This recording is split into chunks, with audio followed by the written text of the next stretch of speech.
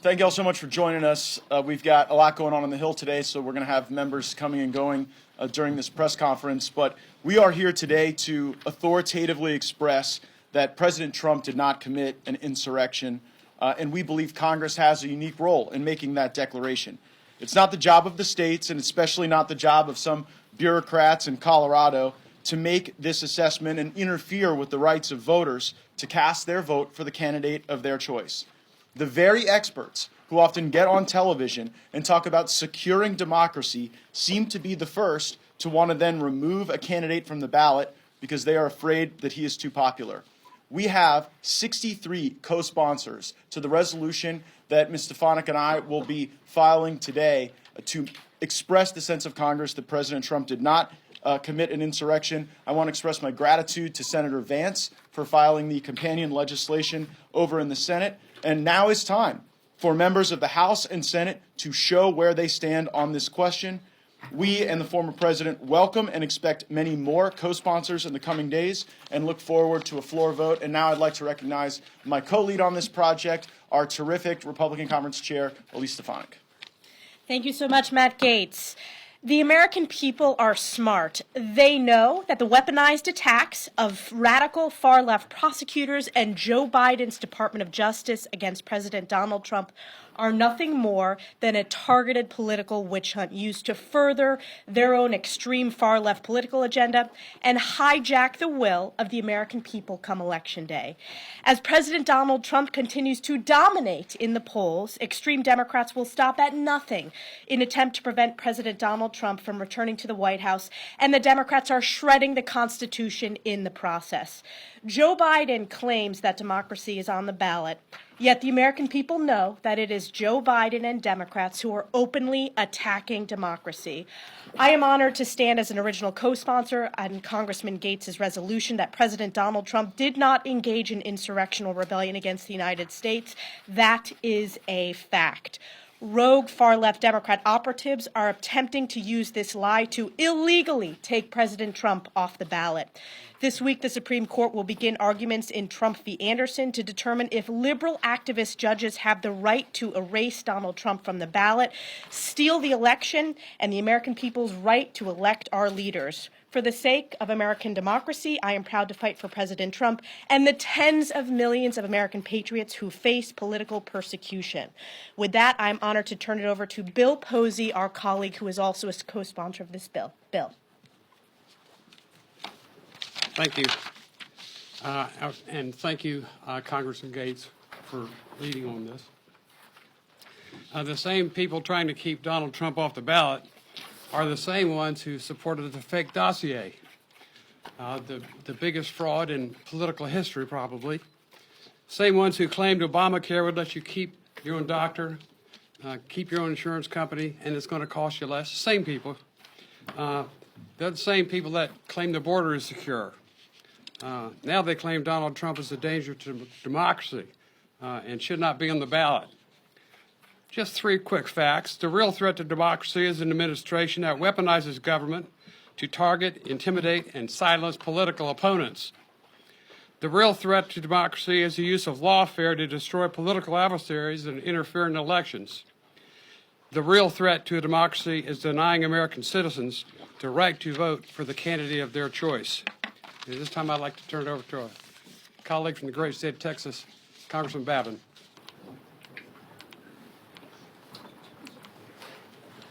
Thank you, Mr. Posey. I want to thank Mr. Gaetz for having this. Really appreciate it. I'm Brian Babin, 36th District of Texas. Here's the reality. If you still refuse to believe that the endless war on Donald J. Trump is fueled by anything other than pure hatred and personal vendettas, we're not ever going to change your mind. The facts obviously don't really matter to you. But the American people and those standing with me here today can see the truth. The radical left is attempting to destroy our electoral process, and folks, we cannot let them succeed for the benefit of our great republic.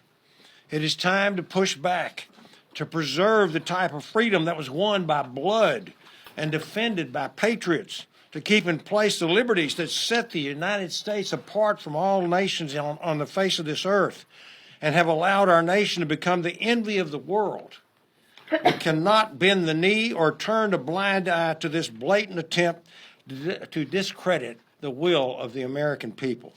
It is crystal clear that Donald Trump did not incite an insurrection. To say otherwise and to block him from any ballot in any state is election interference, pure and simple, period. Let's not call this what it is, or let's do call this what it is, a desperate fourth quarter Hail Mary to remove a political opponent and rival from contention.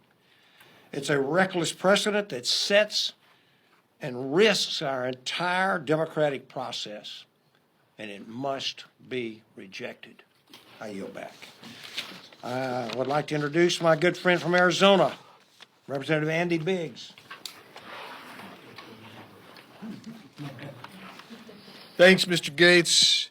I appreciate you introducing this important piece of legislation to try to readjust the constitutional republic that we are.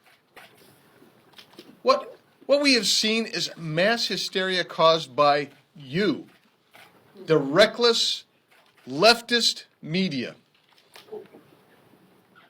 That's what we've seen. Let's consider this. What did Pulitzer Prize-winning reporter Matthew Rosenberg say? He said the left's overreaction, the left's reaction to it in some places was over the top. They were making it this organized thing that it wasn't. That's what Mr. Rosenberg said. What did the court say when you had an individual, a guy named Matthew Martin? He's tried.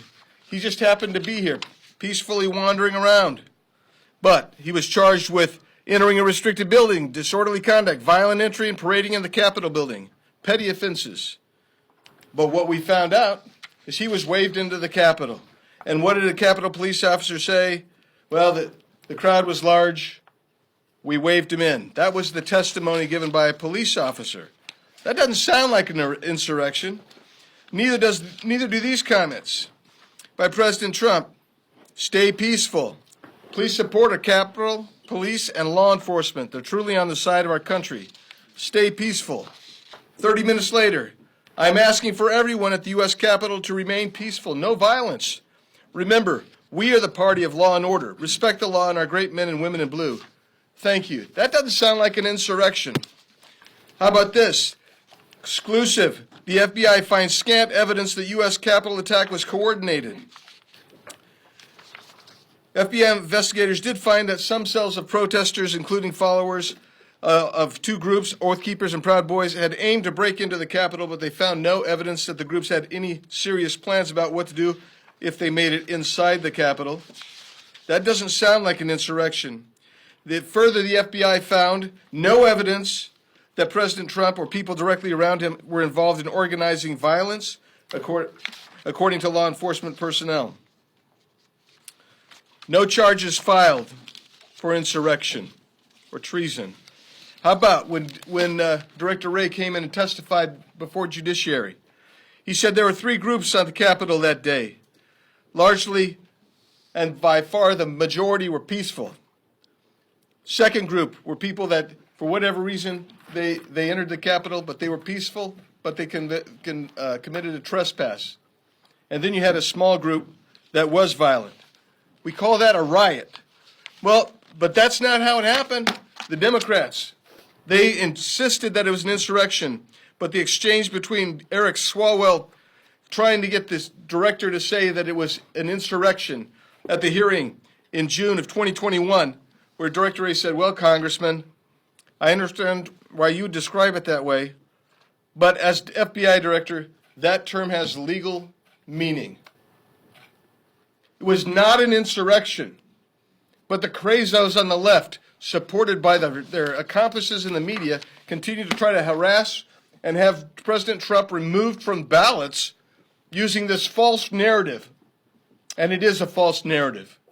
And that's why I'm here. I appreciate Representative Gaetz and Representative Stefanik. And I will be supporting this bill. And I will just tell you one other thing. when I think of insurrection, well, I'm not even going to go there. I can just tell you this. I wish you'd all take a look at your leftist colleagues in the Congress who've advocated violence over time. Then tell me what insurrection is. I yield now to my friend from Tennessee, Mr. Burchett. Thank you. I'm used to going at the end. Usually the custodian's up here moving the mic around and saying, and say, were you going to say something? I go, no, I was just here to clean up. I want to thank my dear friend Matt Gaetz for including me in this. You know, it's a sad day when free speech is weaponized, especially against a political opponent. It's hard to engage in an insurrection when you weren't even there. President Trump told protesters to protest peacefully. He said, please support our Capitol Police and law enforcement. They are truly on the side of our country. Stay peaceful. Now, dadgummit, I don't know what he can say more than that. Does this sound like someone engaging in insurrection? Hell no. What happened at our Capitol was not good, but President Trump did not make these people do this, and he sure wasn't engaged in it himself. You know, used to be something in this country before everybody got a trophy, and it was called personal responsibility. Personal responsibility. But President Trump is a man who loves our country, especially our law enforcement. If you've ever been with him, it drives his Secret Service crazy every time he sees a group of police officers because he always stops to speak to them. And lots of people have valid concerns about the security of our elections, and Trump made his concerns known. It's not illegal in this country, at least it used to not be, to have a First Amendment. It's not illegal for Trump, and it's not illegal for your everyday Americans. This is about the left wanting to remove him. They will do anything to get it done. You're allowed to have an opinion of President Trump, but he did not engage in an insurrection. And on a personal note, you know, I was the last person, the very last House member to leave the House floor. I called the investigators twice because someone was actually doing a blog or something in the tunnel with their computer on to other people. I explained this to them. I called them twice. They never called me back. I went on my own volition and someone else who is no longer a member of Congress, and we reviewed those tapes, and I pointed out who it was, and it turned out it was a member of the media. Yet I never could get anyone to return my calls on the investigation and my repeated attempts. And I sure as hell wasn't invited back to the January 6th commission, which was a joke. So thank y'all very much, and I yield to my good buddy from Tennessee, the gentleman farmer, John Rose.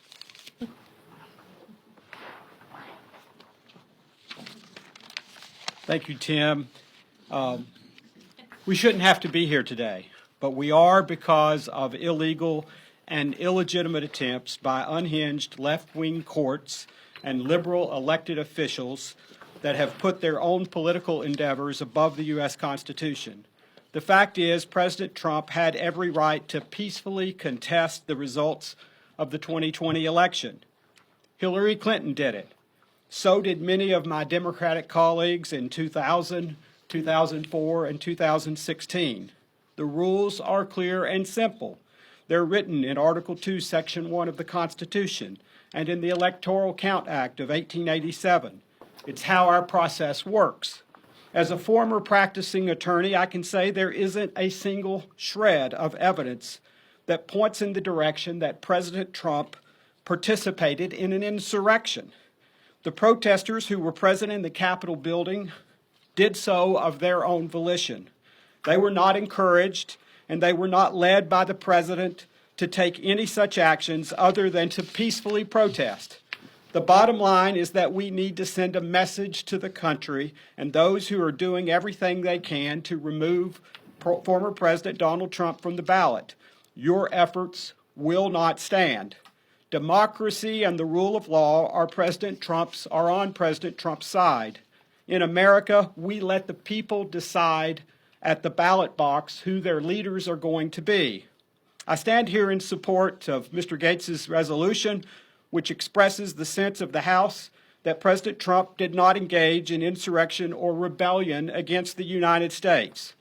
This is a no-brainer, and I want to thank all of my colleagues standing here today and those who are joining us in support of Mr. Gaetz's resolution and Ms. Stefanik as well. Thank you very much. And it is my great pleasure to introduce Mr. Jeff Van Drew. Good afternoon, everyone. It's good to be with you. First of all, let me thank Ms. Stefanik and Mr. Gaetz for their work. I appreciate them. It is making a difference. So why are we here today? You know, I have prepared notes here, and I was going to read a speech. I'm not going to bother. Frankly, it's too long, and there's too many of us. But let me tell you the real deal. This is about politics, unfortunately. It's about left-wing politics. It's a tale of two presidents. A failed president, Joe Biden, failed on the borders, failed on the economy, failed on foreign policy, failed on what's going on in our cities and the decay, failed in every parameter and every barometer that you could use. He's a failed president. And then we had a successful president, President Trump. Look where we were 4 years ago. A strong economy, sealed borders, cities thriving and doing well in every measure you can use. But the left can't let that happen. And I'm not even going to say Democrats, because there are still some good Democrats out there, moderate ones, less and less, unfortunately. But the left wants you to look at the shiny object over here, what happened in January 6th. Because if you're not looking at that, you're looking at what's really happening. And when you look what really is happening, you're worried if you're an American, because you see that everything is going in the wrong direction. Look at the polls. Even when it is polls done by the New York Times or any other group, they will tell you that things aren't going well for this president. And then we speak about democracy. Who wanted to stop the democratic process? So first of all, you've heard from all my colleagues. It's absolutely true. President Trump made it clear over and over again he respects police and law enforcement, that he wanted it to be a peaceful process. He used those words, but somehow those words aren't on the stories that are about January 6th. But what the real deal here is, they say, well, other folks that hate President Trump or don't like Republicans will say they want to stop. The Republicans want to stop. President Trump wants to stop democracy in action. Who's stopping the primaries in their own primary election and not participating in them? You know their name? It's Joe Biden. Who's pushing people out of the party? Who's pushing them out? Joe Biden. Ask RFK what he thinks about the process, what he thinks about democracy. Ask the two other people, or ask Dean Phillips what he thinks. He wants to engage in a debate. They won't debate him. They won't debate him. And Dean Phillips is a liberal Democrat, but he just wants democracy to take place. Ladies and gentlemen, all I ask you to think about is what this is really about. It boils down to this. Trump didn't want violence. He doesn't want any of that. He wanted to let people know what the real deal is. Trump, successful. Biden, unsuccessful. So what do we got to look at? Man, they just want to keep talking about the past, and they want to talk about January 6th. It's a nothing burger. It's a non-starter compared to what we need to talk about, which is the future of this republic. I'd like to ask my good friend, Lauren Boebert, next. Congresswoman. I'll keep my remarks brief today. I want to thank my dear friend Matt Gaetz for introducing this resolution, and Chairwoman Stefanik for co-sponsoring this and leading this. This is a witch hunt against President Trump. It's absolutely unprecedented, and the woke mob, the fake news, and the leftist government officials who are engaging in this extortion should be downright ashamed of themselves. All of the bogus cases against President Trump are plain and simple election interference. It's an act of fear. They're afraid of President Trump, and they should be, because they understand that President Trump, once he is back in the White House, will undo all of the damage that the left has caused the American people over the past 4 years. He will bring back his beautiful policies that make our country the greatest country to live in. They tried to rig the 2020 election by sending out hundreds of thousands of ballots illegally. They colluded with the government and big tech to censor the Hunter Biden laptop story. We know that Democrats would have changed their votes had they been informed. about Hunter Biden's laptop. We know that they would have not voted for Joe Biden. The left is afraid, and now they are trying again to rig another election by interfering in this political witch hunt, by persecuting their political opponents. The reality is the left knows they cannot win at the ballot box. They cannot beat President Trump in an actual free and fair election. So they are trying to rig the game in the courts. The American people see through this. They see that this is election interference. And not only will President Trump win at the Supreme Court after my home state of Colorado removed President Trump from a primary ballot, which is absolutely absurd and completely un-American, completely unconstitutional. But he will win at the Supreme Court. He will win in November, and the American people will win. We want a president, again, who cares for us, who cares for our country. Mr. President, today I stand with you. Colorado stands with you. My colleagues here in Washington, D.C. stand with you. And America cannot wait for your return. Thank you, Mr. President, for everything that you have done for our country. Mr. Gaetz, thank you for this resolution, and I will turn it over to the chairman of the House Freedom Caucus, Bob Good.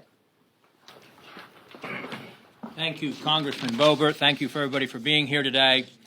You know, my good friend, Congressman Gaetz, who demonstrates undying, unquestioned love of country and courage like is rarely seen in this House of Representatives with the things that he does.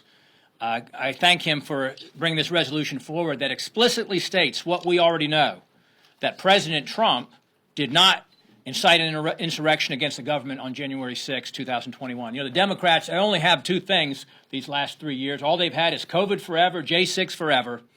But President Trump simply President Trump simply encouraged 74 million Americans to come to Washington to peacefully protest, petition their government, and express their grievances.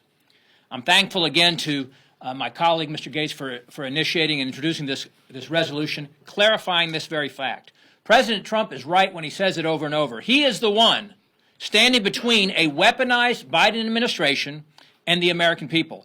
And they're not just after him, they are after all of us. President Biden has weaponed his Department of Injustice unlike anything we have ever seen before, simply to target his political rival and his supporters. I mean, what more effective way to rig an election than to keep your opponent from being able to be on the ballot? His Department of Injustice has targeted, however, conservatives all over the country, whether it's pro-life protesters in Pennsylvania, parents at school board meetings all over the country, Catholics practicing their faith, not just in Richmond, we've learned, not just from one field office, which is egregious enough, but all across the FBI, and even those targeting those who purchase ammunition or, God forbid, purchase religious materials, targeted by this weaponized Department of Injustice. Of all the crises and all the existential threats to the country that this president and his administration have created, perhaps the most dangerous of all is the loss of faith and trust in our federal law enforcement, in our system of justice. Perhaps that may be the most dangerous of all. So again, I thank all of my colleagues for assembling here today. I thank you for Congressman Gaetz for initiating this, and I yield now to my good friend Diana Harshberger from Tennessee. Thank you, Bob. Thank you, Matt, and thank you, Elise, for the resolution. You know, for nearly a decade, President Trump's been the victim of political persecution with no basis in reality. You know, it starts with the Russian hoax, then it goes to the baseless impeachments in the House, and then it ends with President Trump being accused of engaging in an insurrection. You know, extreme Democrats are going to use every tool at their disposal to either implicate or entrap President Trump in a made-up fake scandal. And in case you forgot, we watched cities burn across this country in the name of peaceful protest. Yet President Trump and his supporters were vilified for doing nothing more than exercising their First Amendment rights. You know, the American people know there's a two-tier justice system in this country, but I will tell you, there's a triple threat. We have weaponization of the Department of Justice under the Biden administration. And they absolutely work in collaboration with Democratic secretaries of states. And then they work with far-left judicial activist judges. And together they have launched a coordinated attack on our elections to silence the voice of millions of Americans. But their calculated distortion of the truth is aimed to deny Biden's chief political opposition an appearance on the 2024 ballot and interfere with the presidential election. You know, this is not partisan politics, folks. It's aimed. This country is divided, and the people know it. And you know why? Because they get half-truths or no truth at all. And I've watched the faces of some of you reporters, and you smirk. But that's exactly what's happened. They get half-truths or no truths at all. Put it all out there. Let the American people make their own judgment. And the last thing I'm going to say is this. We have to stand strong against this evil. There's a verse of Scripture, Ephesians 6:12, and it says, "We wrestle not against flesh and blood, but against principalities and powers and rulers of this dark world. And we wrestle against spiritual wickedness in high places." So my message to the American people is simple. Armor up and get ready for the spiritual battle ahead, because it's going to be a battle. And with that, yeah. Well, come on up, Marjorie. It's your turn. Thank you, guys.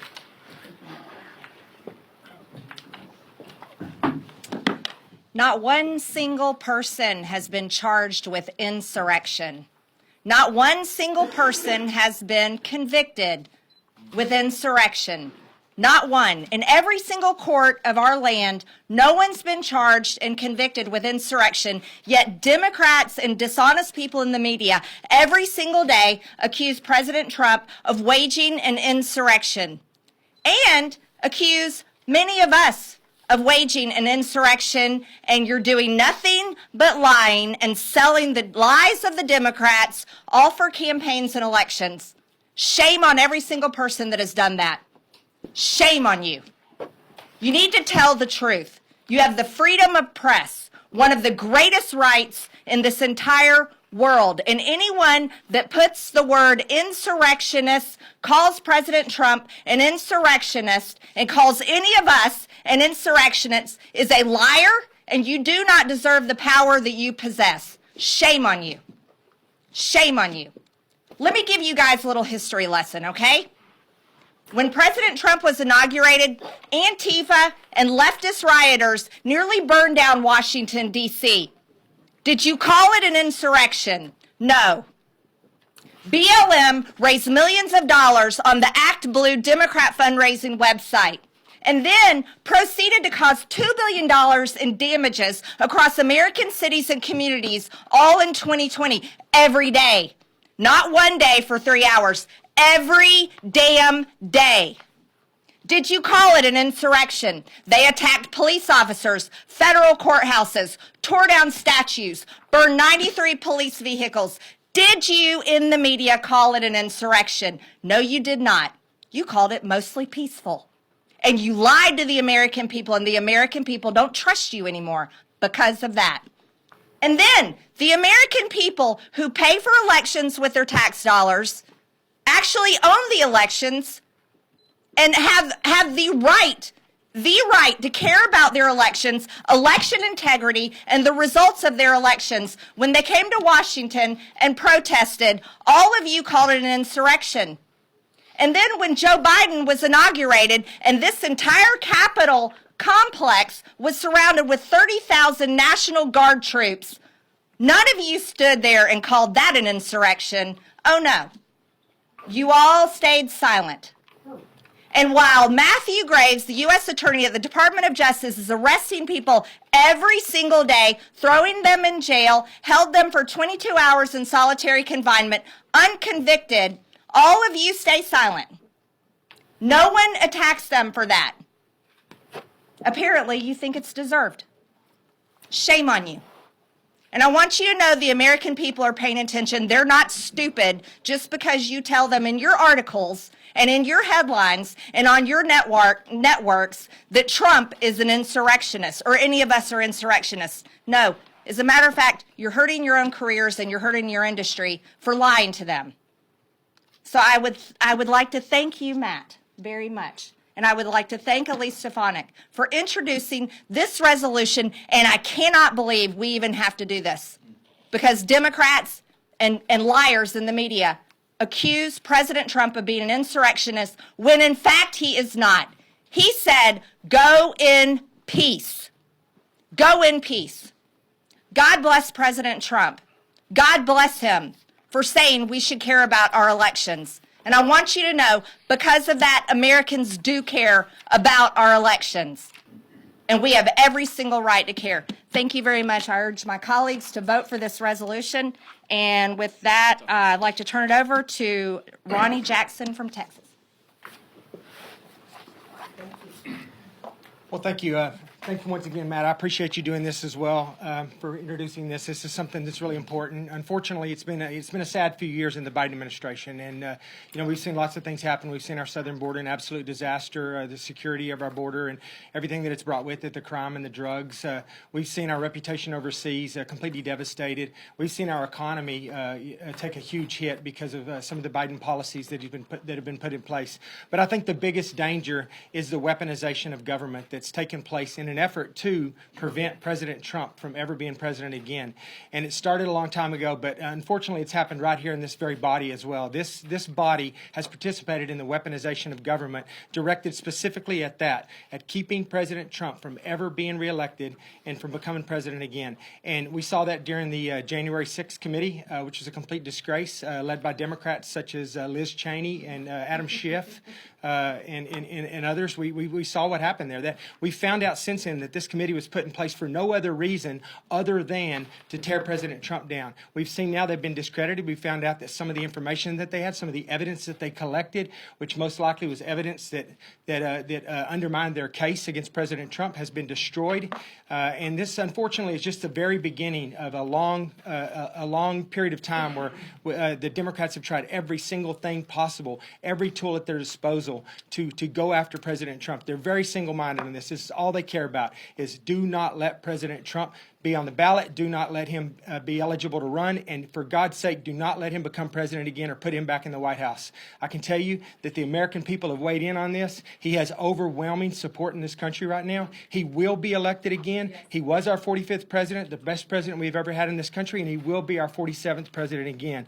So I just want to say that this whole process should not be necessary. What's happening in this country right now is an absolute disgrace. And I want to thank Matt once again for your courage to bring this forward and to reiterate to the American people that this is not the way we operate here in this country. And with that, I'm going to turn it over to Matt Rosendale. Good afternoon. Thank you all for being here. It's nice to see the press actually participate in some truth that's being spread around the Capitol, because many times we've got a lot of rhetoric and misinformation that gets spread. I really appreciate Matt Gaetz and Elise Stefanik introducing this legislation so that we can get on the record the people that support President Trump, that understand and are willing to declare that there was not an insurrection that took place on January 6th. I was here. Many of my colleagues were here, and so we do witness and know that it was not an insurrection. President Trump did not engage in an insurrection on January 6th, as shown by multiple courts which have already dismissed these bogus charges. This is nothing more than election interference. It is on full display, and we would appreciate if the media would just start coming forward and admitting to that. It should be just as easy for Congress to pass this resolution as it is for the courts to dismiss those cases. Or, as I like to say, if we were trying to pass a resolution to spend another several $1 billion to help, say, Ukraine, maybe then we could get everybody in Congress lined up to support the resolution, because those seem to go through pretty fast. So let's get everybody on this now so that we can put out in the public sphere that Congress does recognize that there was not an insurrection that took place on January 6th, just as the courts have already put into record. Whether the charges were brought in Michigan or Minnesota, they've been dismissed.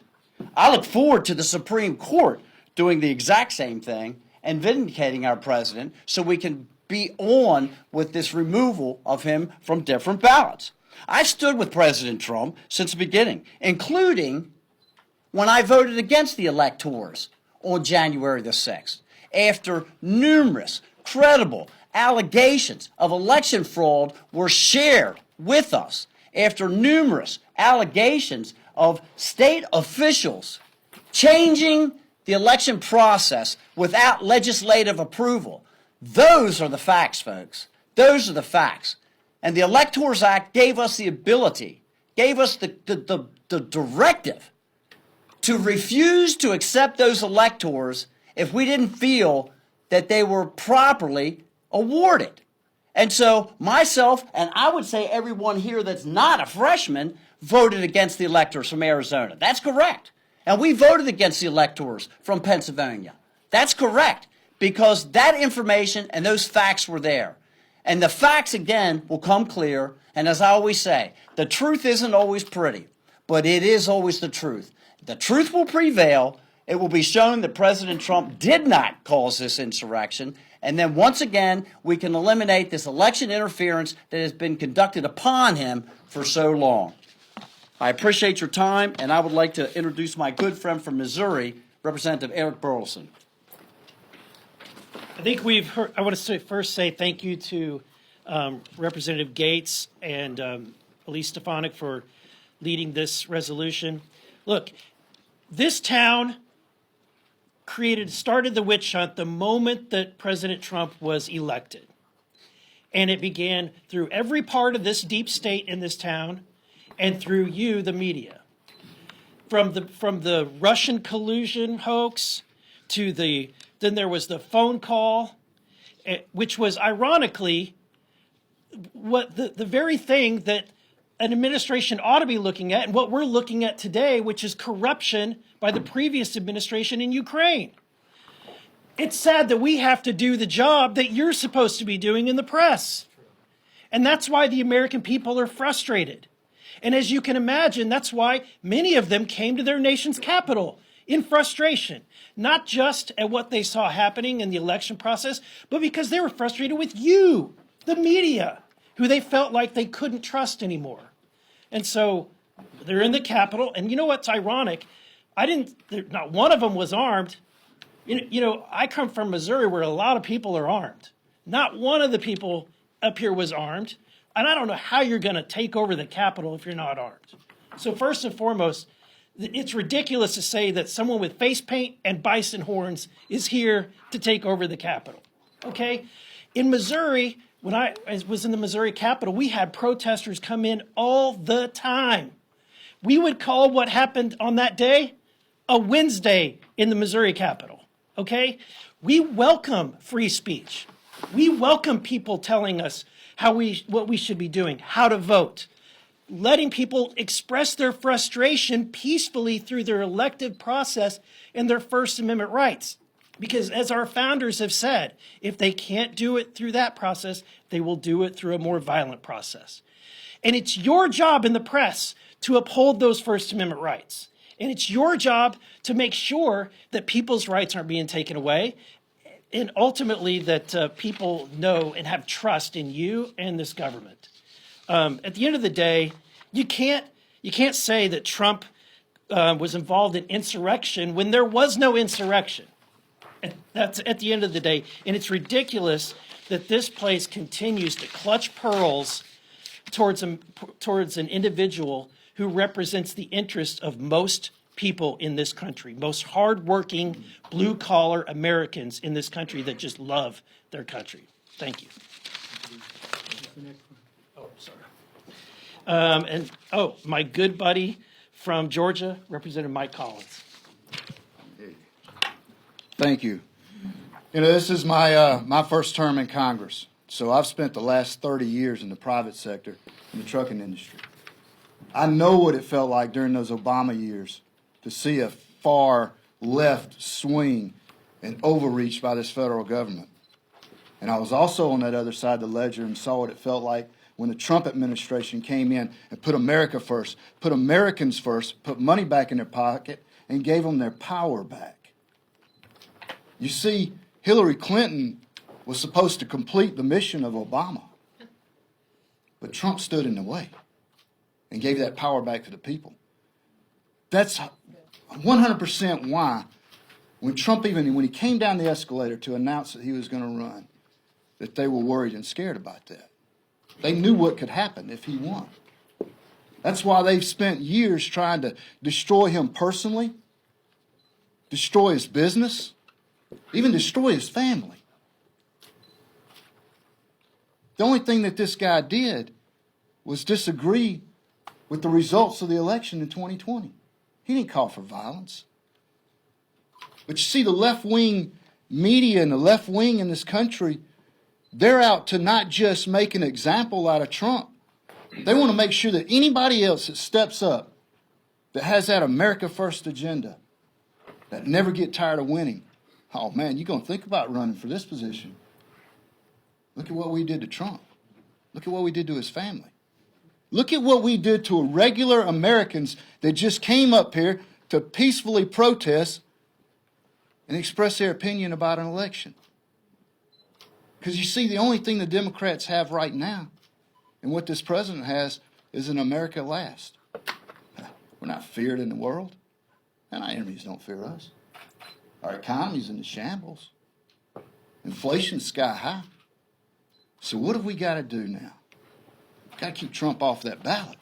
That's what we got to do, by any means necessary. But this resolution right here, this is where the House of Representatives, we're taking a stand. And we're going to declare what is self-evident, and that is President Trump did not engage in insurrection or rebellion on January 6th. And by God, I'm proud to stand here with 60 of my colleagues and to do just that. And with that, I would like to yield some time to a good buddy of mine out of Arizona, Representative Eli Crane. Thank you.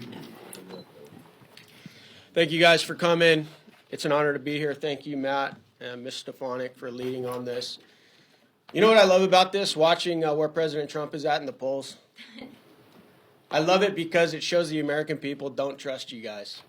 And they shouldn't, because you guys are full of it and everybody knows it. There's a few honest journalists in this town, but they're very few and far between. You know how I know it wasn't an insurrection? Because he hasn't been charged with insurrection.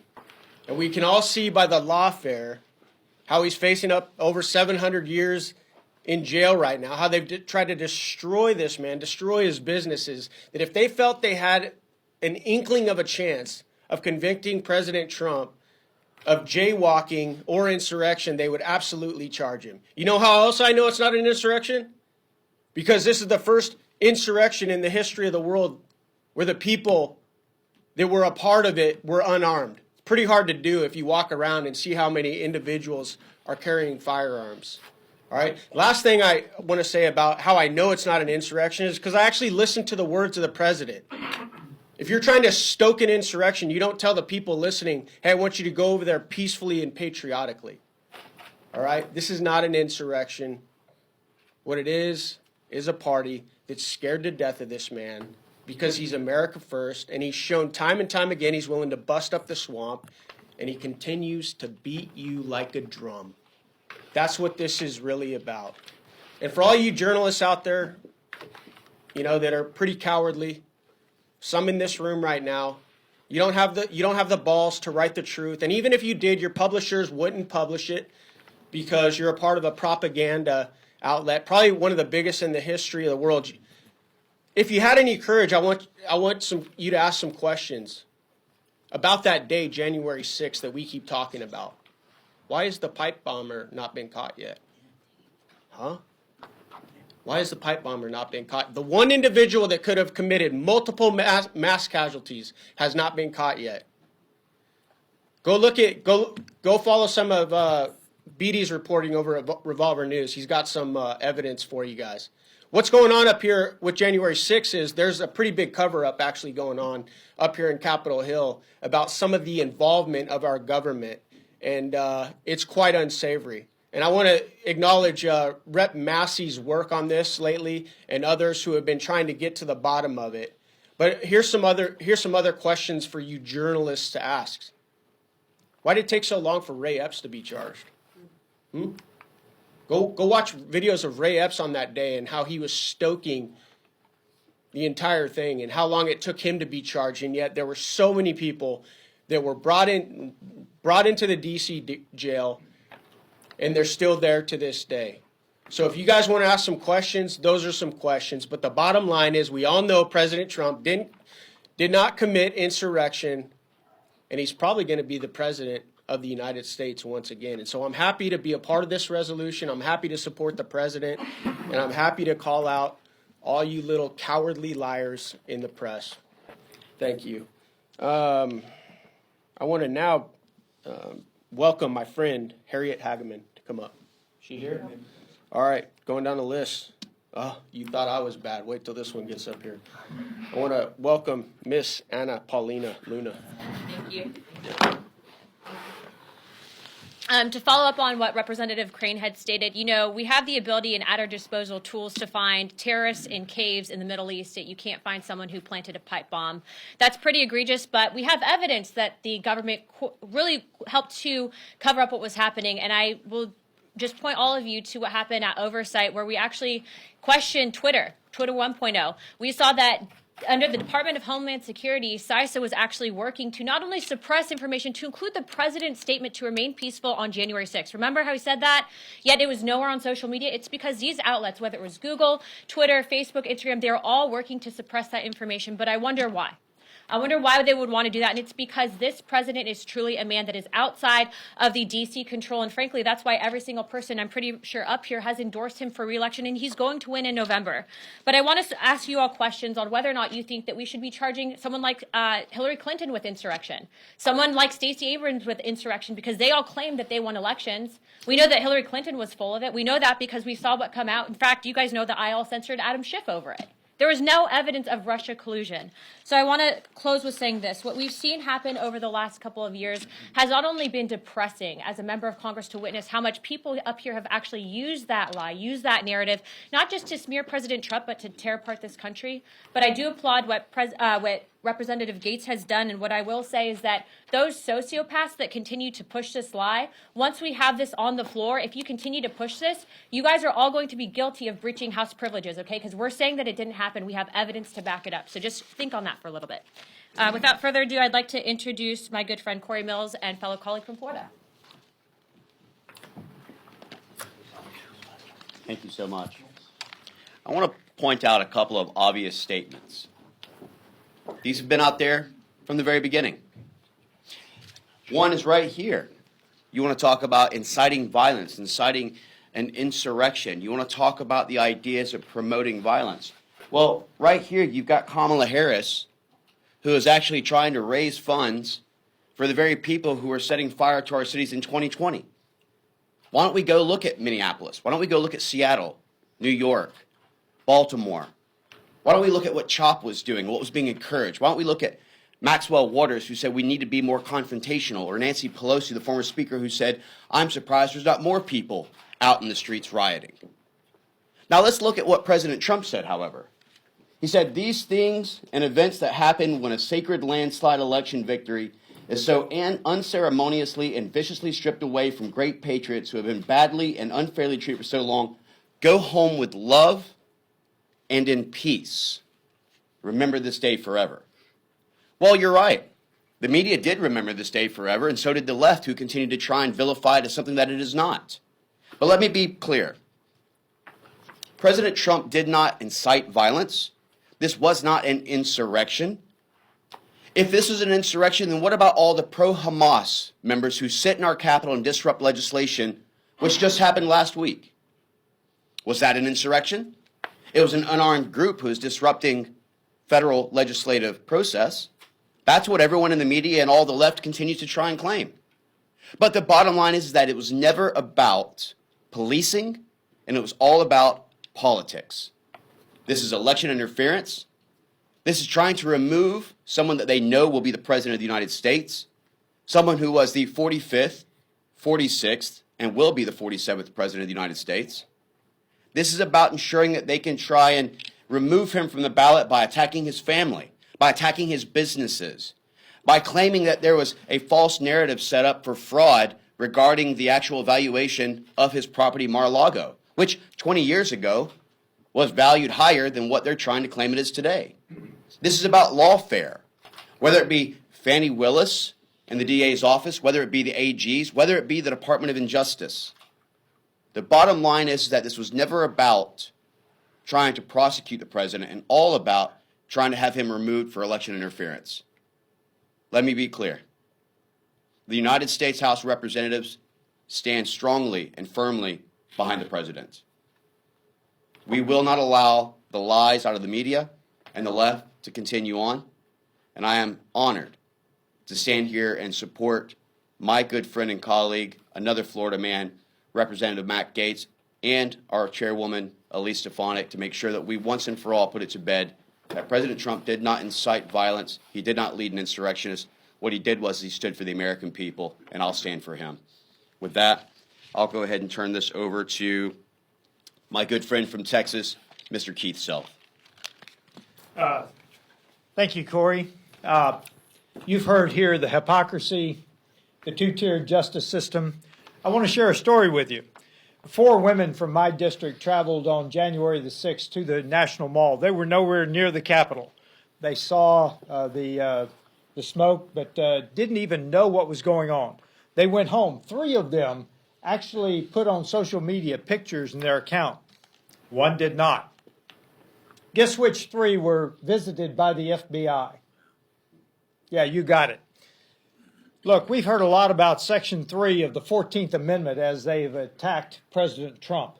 What you're not looking at is Section 5 of the 14th Amendment that specifically in the Constitution gives the Congress the ability to act on this.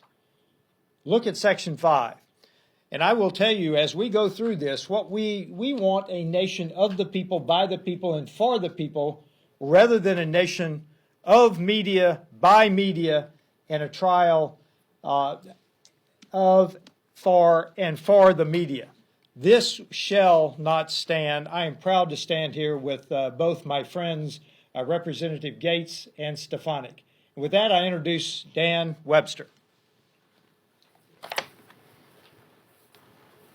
Well, I can't say much more than has been said. However, there was an event that I attended. There was no one here on this stage, no one in Congress, no staff, no one except myself. Most of the rest are dead. That was in 2000. There was another ballot question. It was in Florida, and it was Bush versus Palm Beach County Canvassing Board. And in that decision, not a 5-4 decision, it was pure quorum. It was the court. The court decided that what was done was wrong. They told the Supreme Court of Florida they were wrong. They told them to modify their decision based on what this decision was. And because of that, a lot of the things that were done that people have criticized for us, especially the Senate and House and voting and objecting to the results, that was allowed. Matter of fact, it was talked about in that case. The reason nobody brought that up is because nobody knew about it. So the only one that did was Justice Thomas, and Justice, let's see, one other. I guess the one that came in with Bush, because he wouldn't have been there had that not gone that way. So all I can tell you is that case said it was, if anything was done in the election, done after the fact, done without the permission of the state legislature, was invalid. And that was their ruling. And it wasn't, like I said, it wasn't just a 5-4 decision. It was pure quorum. Ginsburg was there, and so was Scalia. And they both agreed because it was the right thing. And so unfortunately, I tried to call I called the president and Speaker of the House of Pennsylvania, and and Minnesota and Wisconsin, other places, actually Arizona, called me and gave them all the details of why. They said, you're right, but we don't have the courage to say this election is wrong. We can't do it. And so they didn't. So all I know is President Trump is innocent. And that's been proven by the courts. Thank you, Matt Gaetz, for doing what you did. Really appreciate it. Thank you. We'll take some of your questions. Congressman Gaetz. Thanks, Congressman. Are you going to be bringing this to the floor as a privileged resolution to force a vote? In its current form, it's not privileged, but I know that our leadership holds the views that undergird what we're pushing. Congressman Gaetz. Mel? Have you received any assurances from the speakership that they would put this on the floor? Have you talked to Johnson about it? I haven't. I sat next to him for 7 years in the Judiciary Committee, though, so I'm pretty assured as to where he stands. Have you talked to Trump about this resolution? I have. And what's his thoughts on it? He was thrilled that so many members had signed on. It's really incredible to have 63 original co-sponsors to anything, and President Trump was heartened by as many supporters who are backing our legislative endeavor. Congressman, so the former president was acquitted on this. So what makes this different? I think that the House of Representatives has a special and unique voice here. I don't believe that the efforts of lawfare by the left and some of these bureaucrats in states have concluded. I think that they will persist and may take different form or fashion. And so the fact that the House would stand and say, we assert our sense that this was not an insurrection could have legal significance as well as significance for the body. Congressman, could you talk about why hundreds of Trump supporters did attack the Capitol and fight police that day if it wasn't Donald Trump wanting them to do that? Was it the FBI manipulating them? Was it Antifa? What happened? We have tried to get those answers. I mean, one of the most searing pieces of evidence we developed was when George Hill, a former FBI official, whistleblower, said that he couldn't get information out of the Washington field office regarding cases that they were pushing out to Boston because the Washington field office said they had so many confidential human sources that were in the group that they wouldn't share that information. When there were follow-up questions directed at Christopher Wray, at Lisa Monaco, at Merrick Garland, both in the House and Senate, they got real squirrely as to whether or not those federal assets had increased the level of criminal acuity. So as I think Mr. Biggs said during his remarks, there were people who were violent at that riot, and they should not have been. But that is a very different thing than declaring that President Trump engaged in an insurrection. He wasn't here. He said he wanted people to be peaceful and patriotic. And I never even really, insurrection isn't a term we interacted with frequently before getting to Congress. You never heard about the insurrection on the Little League board or at the local Kiwanis Club. But because it has this legal significance, it's been lashed to President Trump unfairly, and that's what we're trying to remediate. Well, the head of the Washington field office, he testified in a deposition. He said they did not send anybody to be part of that crowd. And they said that incidentally, there might have been people who had been trailing folks from other states who came here, but that they didn't do anything to participate. Yes, it came as no surprise to us that the Washington field office didn't confess to their own actions and cover-up. But there is contravening evidence that was presented by whistleblowers saying that what the Washington field office has told you is not true, and they were able to cite specific phone calls, conversations, conference calls, where a very different sentiment was expressed. Yes. Now, we know why you don't think he's guilty of an insurrection, but, forgive me if this is a little off topic, but is he guilty of adding trillions to the national debt, and how are you going to convey that on the campaign trail? Well, this is a press conference about the insurrection measure. I would note the fact that during President Trump's time, the economy was growing tremendously. And so we were focused on the growth that must be a feature of our deficit and debt reduction strategies. And now many of the colleagues that are gathered here are working to put downward pressure on spending. And we wish we had a willing partner in the White House and in the Senate to do so. And that's created some of our challenges in that regard. Yes, ma'am. Hi, thanks for doing this. I'm just curious, when the House voted to impeach Donald Trump for inciting an insurrection in 2021, 10 Republicans joined in that measure. Do you think you'll get any Democrats to join in on this? I don't know. If they follow the facts and law, they'd be with us. But, the whispers from those 10 voices get softer and softer by the day. But two are still your colleagues. Yeah, if you bat 200, it won't get you into a starting lineup, much less the Hall of Fame. Can you, I'm sorry, go ahead. 1 second? I was a Democrat. I know. I was the New one that Jersey, I voted. know. Yeah, exactly. And that's one of the reasons, one of many, that I changed parties. Can you see yourself question the DOJ or pressure them to ask them if they're going to do anything about, or if they have an investigation going on regarding the pipe bombers that day? Yeah, we have been in a number of conversations with Capitol Police and with the DOJ regarding the pipe bomber.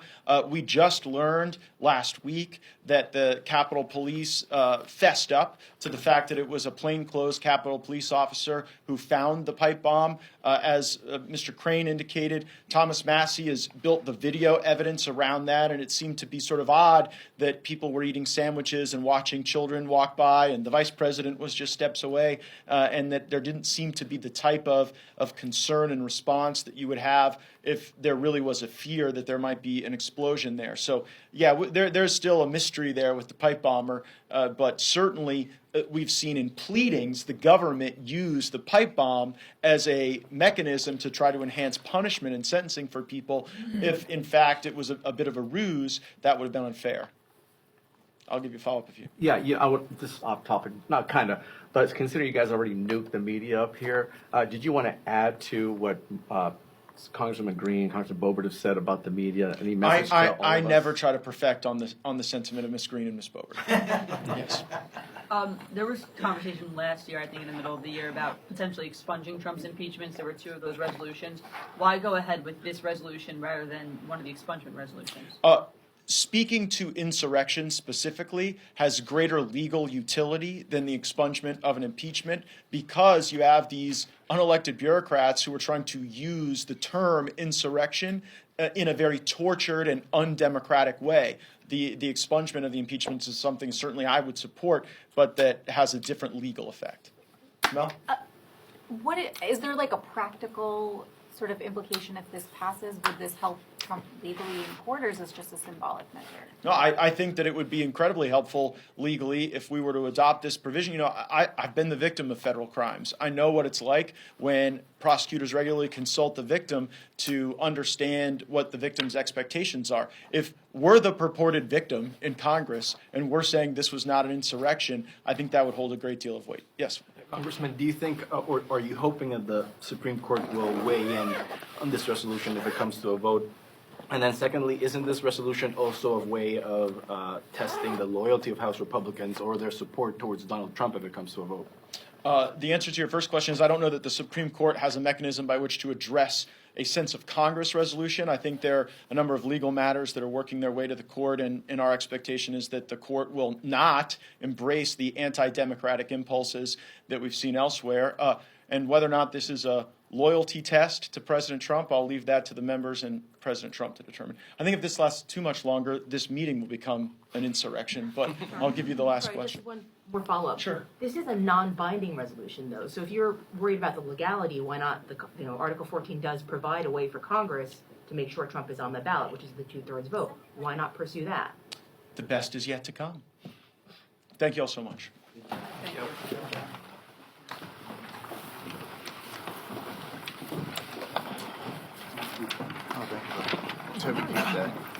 Huh? Did you like that? Why? I mean, the pattern here is there's almost